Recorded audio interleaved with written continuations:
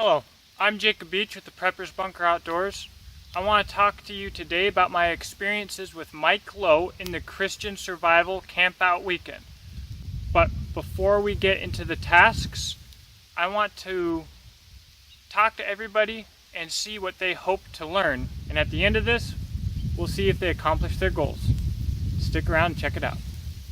Well, probably the biggest thing is something I don't really know a lot about is trapping. That's something I really would like to learn. I want to learn to help perfect and hone survival skills. Yeah? Mike didn't come in with a whole lot of expectations. He's pretty much open to whatever we get into. I definitely want to get to a point where I have a little bit more comfort. If I were in a situation where I needed to rely on these skills, at this point, I don't feel quite comfortable as I should. So definitely looking forward to just getting a little bit more proficient to a point where, like I said, if I need them, I got them. Well, I wanted to learn like the bow drill or hand drill. Well, I would probably want to do hand drill. Well, that's the one I've practiced more. And I look forward to doing trapping. And well,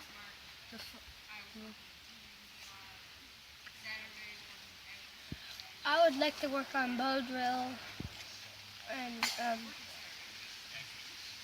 learning how to start fires better.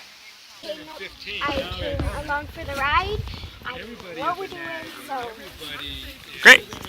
I came along for it. It's cute. Here, come closer and let's take a look at him. What's your name? Missy. Oh boy. I am hoping to learn fire skills and just any type of thing to help me fit in with my family better. They're all survival experts and I am not. So hopefully I'll walk away with some skills this weekend. I want to learn to better my knife skills. I want to build a Yeti trap. I want to learn more about trapping. I'm here just because Jake made me come. No, really. I want to learn more about surviving in the wilderness. Day one of this survival training was all about the basics and all about fires.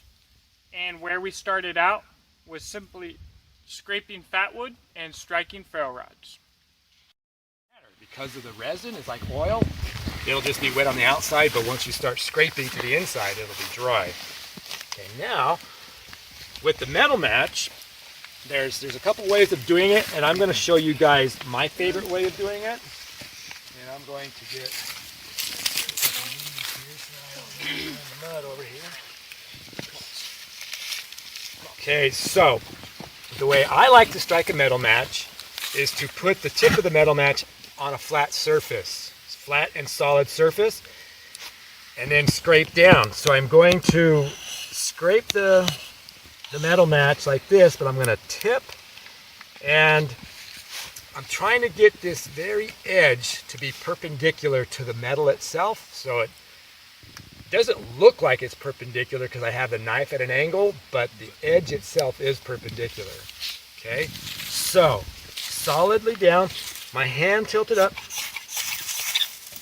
Boom. And it doesn't take any time at all for freshly scraped pitch wood to start burning, because when you scrape it, there's a bit of a gas that hovers around the top of these scrapings, and that's what lights really fast. And so as soon as you scrape it, you should spark it, and then it's going to light a lot easier. Sometimes you could get this stuff to start burning without even seeing the spark itself. It's pretty wild. Are you using a pretty good amount of pressure? That time I didn't. No. Okay, so let me show you a technique that requires even less pressure. And I'll explain why. Some people just, for whatever reason, can't seem to get the pressure they need, even to do what I'm doing right now by scraping. So another thing you can do is you can hold this with your chest. I wish the stick was a little bit longer. Let's see if I can hold it with my knee here. Okay. All right, so now I can hold the blade with two hands, and it's much easier to scrape. So easy. So if you're not quite strong enough, or if your knife isn't quite sharp enough, then you can use the two-hand method. And a lot of times when you find pitchwood, you guys are just gonna have to bear with me. I'll probably forget to say fatwood more often than not. We know what you mean. And so you can't actually just break off a stick and bring it with you. You'll probably do all your scraping right there and then move it to where you're going to build your fire. And so because the pitchwood is attached to something, it's very easy to use two hands on your knife blade to get a fast amount of pitch scrapings. Okay, so now remember, this is scrapings, not carving, so we're not carving. Now then, I'm going to just barely make sparks right now. Okay, so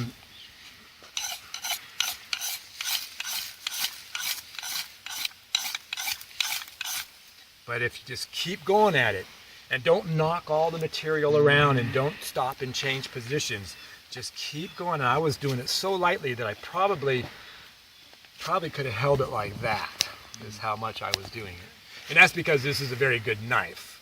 It's got an excellent spine. This 90-degree angle here is not rounded. If you were using a sharp knife blade, it even makes better sparks. If I use his blade, I can make sparks jump across this fire and land on that rock over there. Man, it's just super good. But it's someone else's knife, so I won't do that unless you're not looking. Then I might do it.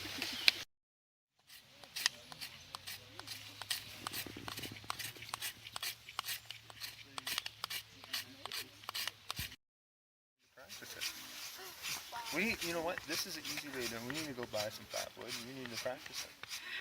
You know? Maybe you should get a big.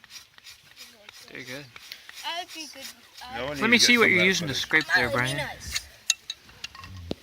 Be nice. Look at that. The scraper on the pommel, that's sweet. Oh, we have a lefty. Look at that. How fun.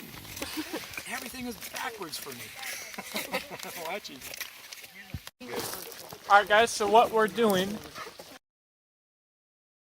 is we're walking with Mike here and we're going to go find pitchwood. He's going to show what trees to look for and where to actually find our fatwood or pitchwood.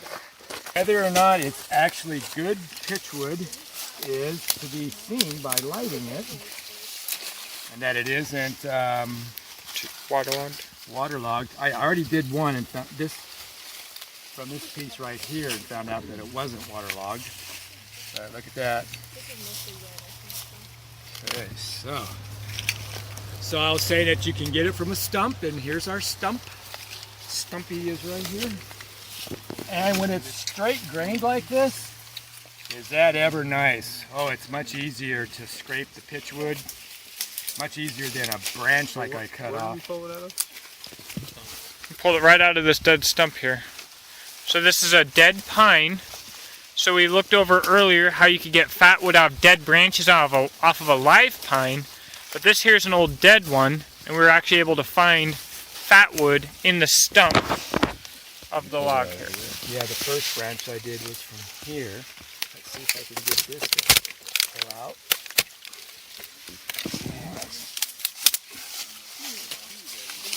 Yeah, I actually don't see any on that one.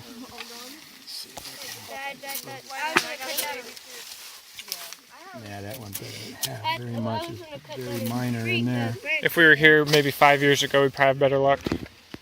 Well,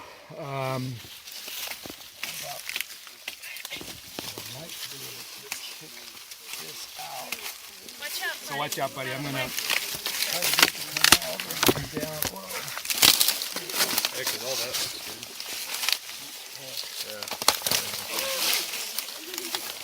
There we go. Oh, look at that. Lots of fatwood there.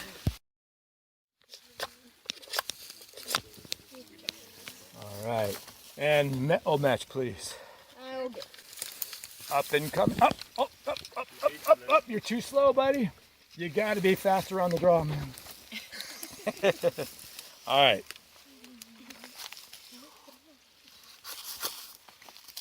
And we have success. Even the piece of grass is getting in on the action.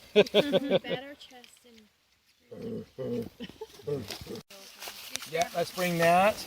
And then there was the other half. Okay, good. You got that. You want me to chop it down? And now we want to, yeah, we could do it later though. And next thing we want to do though is, Mike then showed us how he made fires even when it was very wet on Vancouver Island, and he showed us the technique that he used to make everything work out well, even with wet wood. So once he had shown us how to do that, we broke up into small groups and we did the same. all right, you see these twigs that I have here? They're all nice and skinny. They lay nice side by side. And I'm not going to build up the fire past this stage. So I'm going to take it down and get it wet. And I'm going to use this to start the fire. And then I'll come back and I'll explain everything that I got set up.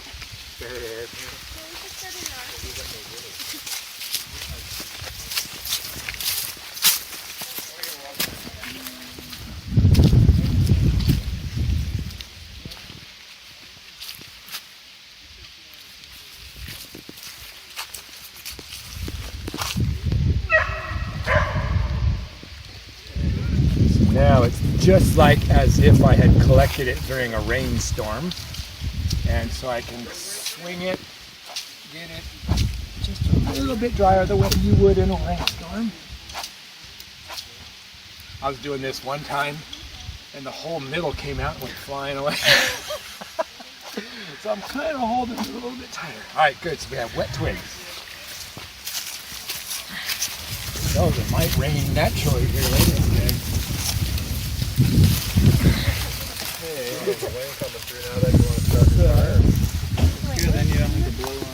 Okay, so I'm going to make 3 piles with my damp twigs. And these leaves I didn't want in there. By the way, I didn't mention this earlier, but the twigs that we collect, you didn't want to have any moss or lichen on it because it would be like a sponge. And I didn't mention it because none of the twigs over there had it, but in some forests, the dead branches can be covered in it or with dry needles. So you just want plain bare twigs, and that's what we've got here. So I've got my 3 piles, and I'm going to place those in.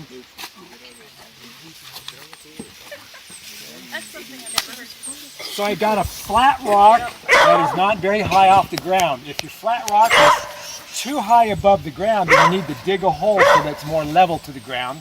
Because as you build a fire, you don't want your embers falling way off and below. So this rock is pretty close to where I wish I kind of buried it a little bit. I don't like it to be more than an inch above the ground. And just for this demonstration will be good. It's this side here is about right. This side here is quite a bit higher. I had this birch bark, and real quick I just wanted to show you birch bark in metal match.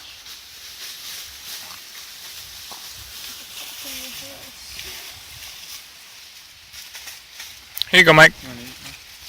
Oh, yeah, let me use this fatty. I like it. Okay, so with birch bark, get the thinnest corner you can. You don't want to peel it off real thick off the tree. And then that's how fast birch bark lights. That stuff is awesome. Now if it gets wet, it won't burn very well. It has to stay dry. So what you do is you peel off the wet outer layer and the layers under that will be dry to storm. Okay, so I have brace sticks here. And the brace sticks allow me to build up the fire without putting all these wet twigs on top of it and snuffing it out. You want brace sticks to kind of hold it up just barely above the flame.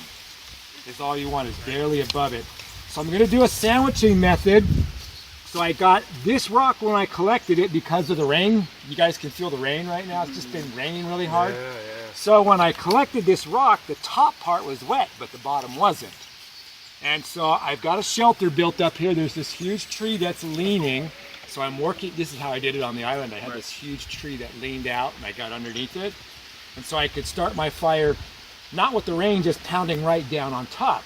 So if you don't have a cave or a leaning tree or an overhanging cliff, you would have to build a shelter in order to start your fire during a downpour. Okay, so we've got natural protection, flat rock. I did not scrape my pitch stick until just before I needed to ignite it. Okay, so now I'm ready to ignite it. I'm going to get this to burn. I'm going to put a few brace sticks, a layer of wet twigs, and then a pile of shavings on top of that, more brace sticks, another layer of wet twigs, and I'm going to build it up sandwich style like that. Okay, can I have that too? And if the wind is blowing this way, if you put your hands like this, it'll draw the flame back toward your stuff. So there we go. And with the girls with the long hair, make sure you are not dangling your hair over the fire. Down. Yeah. Okay, so I'm above. Now I'm going to put some shavings there. Oh, you're pretty smart. Okay. And whenever you're working next to a fire with high flames, be sideways to it. Don't be head on to it.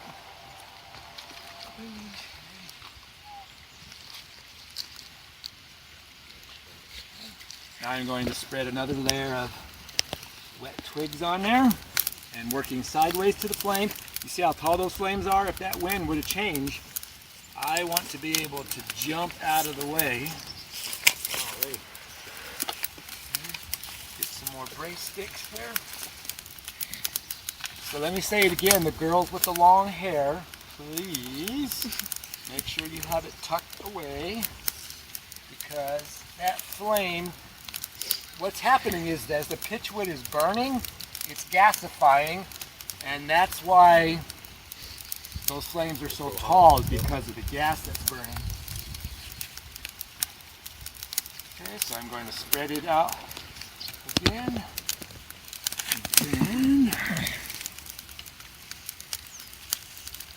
And all that was from the girls, so we are good.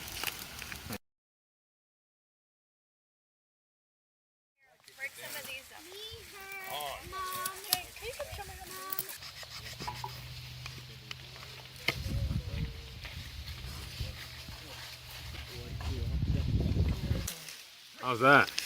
There you go, that's perfect. Look at that.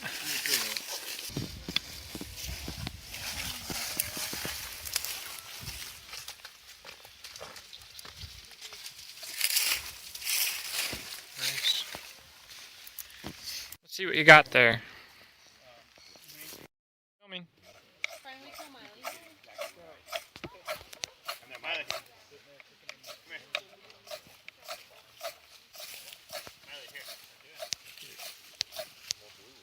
Scraping from way up like that, that's pretty impressive. Look at her. Wait, there we go. Okay, now kind of steer it up first, kind of steer it around and get that flame. It's always about to use your hand. Right now.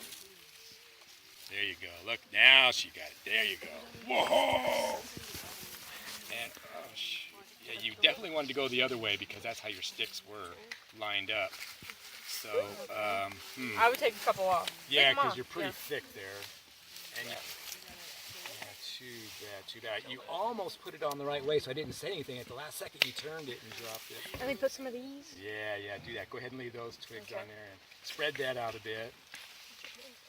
Okay, now put some more brace sticks in place. No, brace sticks first. Oh, these. And girls, get sideways now, because that flame could come and ruin your hairdo. Is that the right way? No, ma'am. Don't you put them all on all sides? I think you just do this way, right? No. Oh, too weak. No. Look at Jimbo's food. Look at your food. Just Find some hardwood in there. Yeah, I'm wondering if this is Ooh, you're just throwing it on. this is the new green, kind of a reddish color. Oh, that is one hard stick. Brian, do you want a sandwich? Yeah, that's green. I considered alive. And now what? It Doesn't goes have this a way. green color. Don't do it. That sticks up. Yes, and then be very diligent about going sideways to the fire. Don't face it. Turn sideways. Okay, and then some of these. Ooh, that hot smells. You guys are good already? Some of these, right? Here. That pretty much concluded day 1 of the training. Day 2 we moved into friction fires and then trapping, which was an incredible experience. Stick around, I'll have the day 2 video up shortly and you can watch along as we learned some fun traps and everybody had a great time. Please subscribe. Make sure to check out Mike Lowe's public figure page on Facebook, and also make sure to subscribe to Bushcraft to Survive, who is also there. Thank you very much and have a great day.